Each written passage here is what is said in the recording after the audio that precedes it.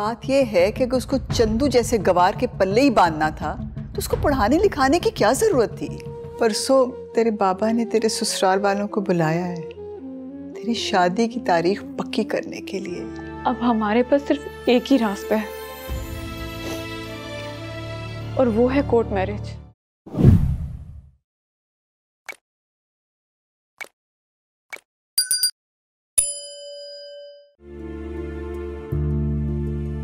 बख्तू, ये बैग अलमारी में रख दो।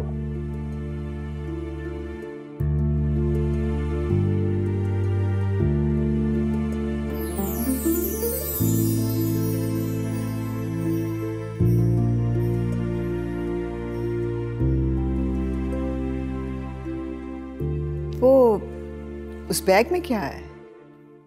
आड़ती से रकम लेनी थी 1 करोड़ रुपया, वो देख कर गया। सुबह बैंक खुलेंगे, जमा करवा देंगे। ये बाबरी नहीं आया? वो जमीनों वाले डेरे पे ही रुक गया है। उसको कोई काम था, वो कह रहा था करके आ जाऊंगा। कोई बात करनी है? जी। क्या बात करनी है? वो माही। क्या माही? बहुत परेशान है माही। क्या परेशानी है उसको? बात यह है कि अगर उसको चंदू जैसे गवार के पल्ले ही बांधना था तो उसको पढ़ाने लिखाने की क्या जरूरत थी। तुम्हारा मतलब है चंदू गुवार है? तो कौन नहीं जानता चंदू के बारे में? कोई उसके बारे में जानता है या नहीं जानता, लेकिन तुम जानती हो नवाब खुशबख्त मेरा जिगरी दोस्त है और माही की मंगनी उसके बेटे चंदू के साथ 15 साल पहले कर दी थी। देखो, तुम्हारे कहने पर पहले भी मैंने इस रिश्ते से इनकार किया था। सारी बरादरी कहने लगी कि फखरुद्दीन बेजुबान हो गया। ये बिरादरी का मामला नहीं, हमारी बेटी की जिंदगी का मामला है। कुछ नहीं होता हमारी बेटी की जिंदगी को। मीलों फैली जागीर का अकेला वारिस है चंदू। खुशबख्त की बहू बनकर हमारी बेटी की आंख से जरूरत का आंसू नहीं गिरेगा। चंदू बस उम्र में थोड़ा सा बड़ा और सीधा साधा है और सादगी में कोई बुराई नहीं है। आप समझने की कोशिश करें। इस अहम फैसले में हमें अपनी बेटी की राय भी लेनी चाहिए। फखरुद्दीन इतना बेबस नहीं हुआ भी कि अपने फैसले अपनी औलाद से पूछ कर करे। क्या तेरे बाप ने तेरी शादी तुझसे पूछ कर की थी या मेरे बाप ने मुझसे मेरी राय ली थी? वो और वक्त थे। वक्त बदल चुका है, लेकिन हमारे बड़ों के बनाए हुए दस्तूर नहीं बदले। जो फैसला हम बरादरी में बैठ के कर चुके हैं वो अटल है। तुम भी सुन लो और अपनी लाडली को भी समझा लो। 4 जमातें पढ़कर हमारे फैसलों से टकराने की जुर्रत न करे, वरना हम बेजुबान होकर जीने से बे औलाद होकर जीना कबूल कर लेंगे।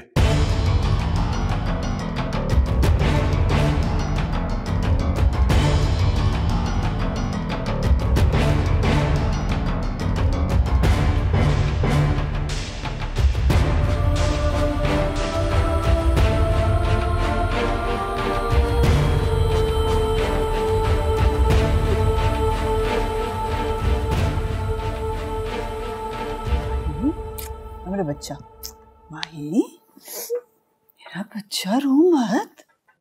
मेरा बच्चा, मेरी जान, रोना नहीं, रोना नहीं मेरे बच्चे, रोना नहीं।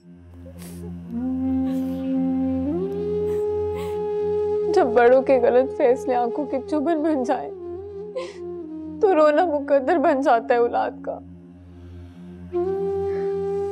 देखो बेटा, बड़ों के फैसलों पर सर झुकाने वाले बच्चे ही फर्मा बरदार होते हैं। हाँ, जानती हूँ मैं।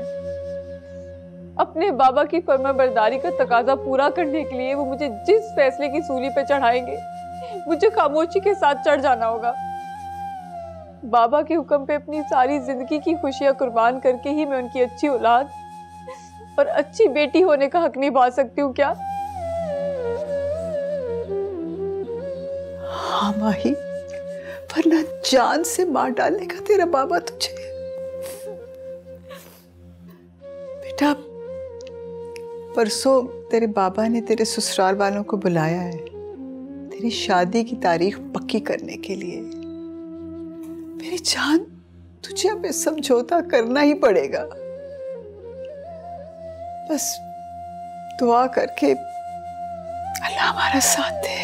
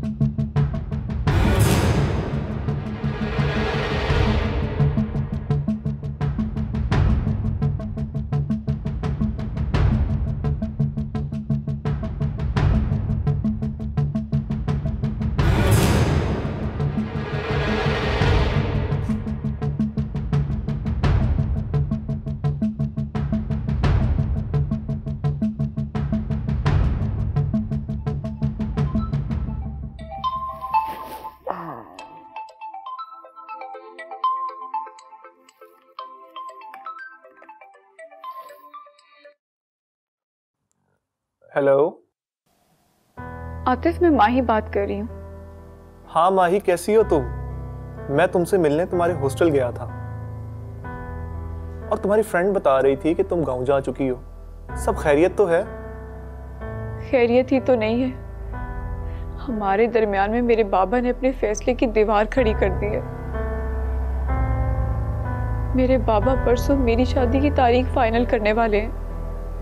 नहीं माही, तुम मेरे साथ ऐसा नहीं कर सकती। मैं तुम्हारे बगैर जी नहीं सकूंगा माही। तुमसे अलग मैं भी किसी और के साथ खुशी से नहीं जी सकूंगी आतिफ।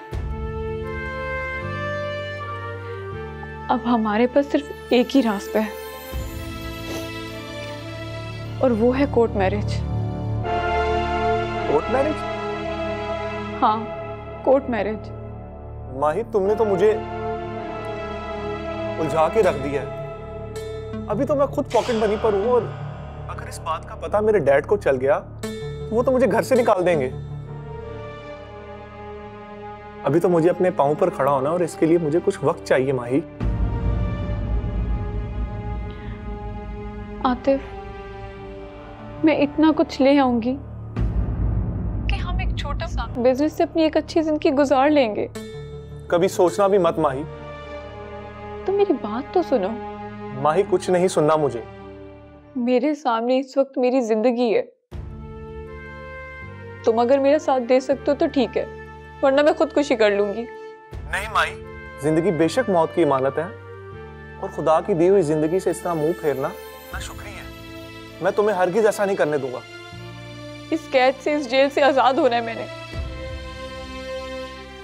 आज, अभी और इसी वक्त मेरे सामने सिर्फ दो रास्ते हैं, एक मौत और एक तुम्हारी मोहब्बत। तुम्हारी मोहब्बत नहीं ना, तो फिर मौत ही सही। अगर तुमने ये फैसला कर लिया है तो ठीक है, तुम आ जाओ, लेकिन मैं तुम्हें मरने नहीं दूंगा। हाँ, और मुझे फोन पर बता देना तुम कब और कहां पहुंचोगी, ताकि मैं तुम्हें लेने आ जाऊंगा।